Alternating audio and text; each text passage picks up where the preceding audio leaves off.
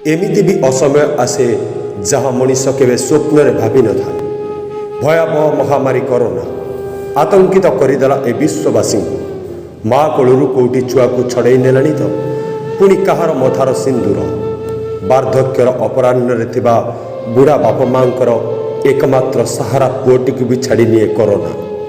याठार भी भयावह असमय आसीला ए ओडिया जाति को 1866 मसीहा जेमिति थिला ए ओडिया जाति पाई गोटे अभिशप्त वर्ष। नौंक दुर्भिक्षरे अनाहार रे धराशयी हो जाइतिला ए ओडिया जाति। ओडिशार गाँ गंडारे भोकिला कंकाल मानकर पटुआर चारिआडे अर्नंग देही डाकरा। नईरे पानी नाही, खेतरे फसल नाही, भोक विकल कांगाली मनीषर आउ गोटे कांगाली को विकल प्रश्न। आम आड़े गछरे पत्र आउ नाही, तम आड़े अछि कि भाई? बिचरा सामना लोक भी से छाती पटा उत्तर। पत्र कथा छाड़, गछरे केउठी टिके नेली परा नाही। जाजपुर कया गोलाठारे गोटे माइपी लोक हाथरे शिलपुआटे धरी घड़िए छेचिला निजर स्तन को। लोहु लुहाण हो जाए तथापि छेची चली थाए। रक्त मांस सबू पिचिकी पड़ुए शिलीपुआर चारिपटकू। आत्महत्यार ए अभिनव तरीका कथा ब्रिटिश केबे भी भाभी नथिला।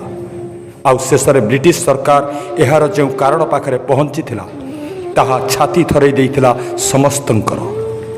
कारण से माटी प्रकृत रे आत्महत्या करू नथला, बरं से निज स्तनरू क्षीर टोपाई खोजुथला।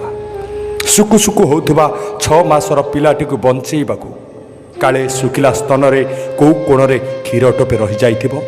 ढोके पी देले पिलाटा तार बंची जीवो। किंतु मास मास धरी खाई नथिबा माटीर छातीरू सुखिला रक्त बिंदु को छाड़ी देले आउ किछि भी बाहरी नथिला।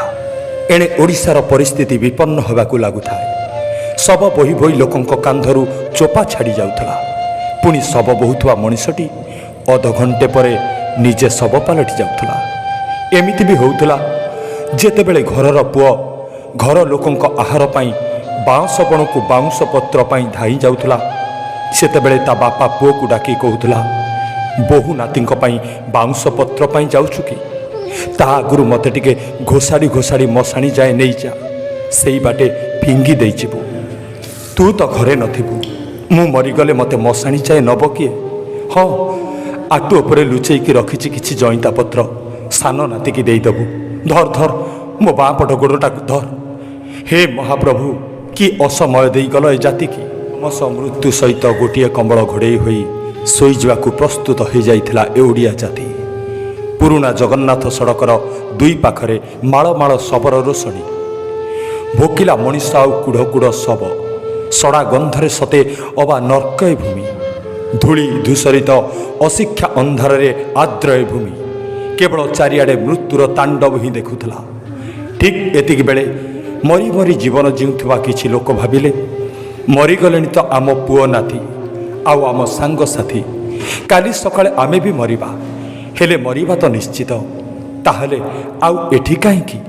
चालरे भोकिला दल सभिए धाइबा श्रीक्षेत्र आड़कू। पेड़ी पुटुली चूड़ा चाउल तो नबार नाही। ए देह उपरे जीवनर बोझ मुंडाई धाई जावा बड़दाण्डकू। सुखा हाथ, सुखिला रक्त आउ पोड़ा मन को एकाठी करी चाही रहिबा नीलचक्र को। आउ डाकिबा, दाना कना पछे मना हेउ मते नीलचक्र बाना चाही थाउ।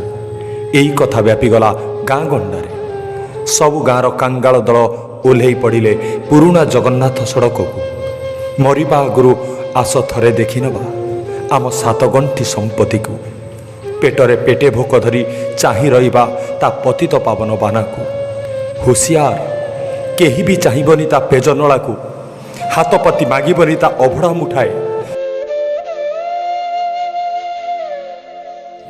जदि मागिबा ए सब दल को मुक्ति दियो हे महाप्रभु। थरे तो पतित पावन बाना को चाहिबार भाग्य दे आमको। लक्ष लक्ष जनतार पटुआर, जनता नुहे तो कांगालींकर पटुआर ना, कांगाली भी नुहे सब मानकर पटुआर।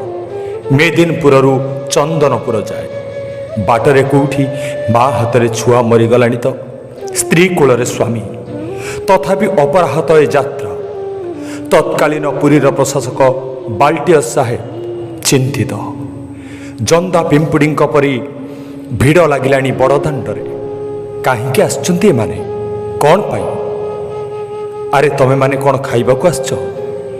ଓଡ଼ିଆ ଜାତିର ଉତ୍ତର ଥିଲା ନାଇଁ ନାଇଁ ସାହେବ, ଖାଇବାକୁ ଆସିନୁ। ମରିବା ଆଗରୁ ଦେଖିବାକୁ ଆସିଛୁ ସେଇ କଳା ଠାକୁରକୁ, ଆଉ ତା ନୀଳଚକ୍ରକୁ ଚାହିଁ ଆଖି ବୁଝିଦେବୁ। ବାଲ୍ଟିୟର ସାହେବ କହିଲେ, କି ପାଗଳ ଏଗୁଡ଼ାକ, ଗଜପତିଙ୍କୁ ଡାକ। ଗଜପତି ଦିବ୍ୟସିଂ ଦେବ ନିରୁପାୟ ହୋଇ ଚାହିଁ ରହିଥାନ୍ତି। ବାଲ୍ଟିୟର ସାହେବଙ୍କ ନିର୍ଦ୍ଦେଶ, ମନ୍ଦିର ଆଗରେ ଭୋକିଲାମାନଙ୍କର ସଭା ଆୟୋଜନ କର। ସେଇଠି ଘୋଷଣା କରିଦେବା, ଆଜିଠୁ କେହି ଭୋକିଲା ରହିବେନି। ମନ୍ଦିରର କାଠ ଖଣ୍ଡ ଖାଉଥିବା କୁଇଣ୍ଟାଲ କୁଇଣ୍ଟାଲ ଚାଉଳ ଏ କାଙ୍ଗାଳିମାନଙ୍କୁ ଦାନ ହେବ। ବାଲ୍ଟିୟର ସାହେବ ଘୋଷଣା କଲେ, ଆଜିଠୁ କାଠଗଡ଼ର ଖାଇବା ତମକୁ ଦିଆଯିବ। ଏବେ ଖୁସି ହୋରେ ଭୋକିଲା ଦଳ।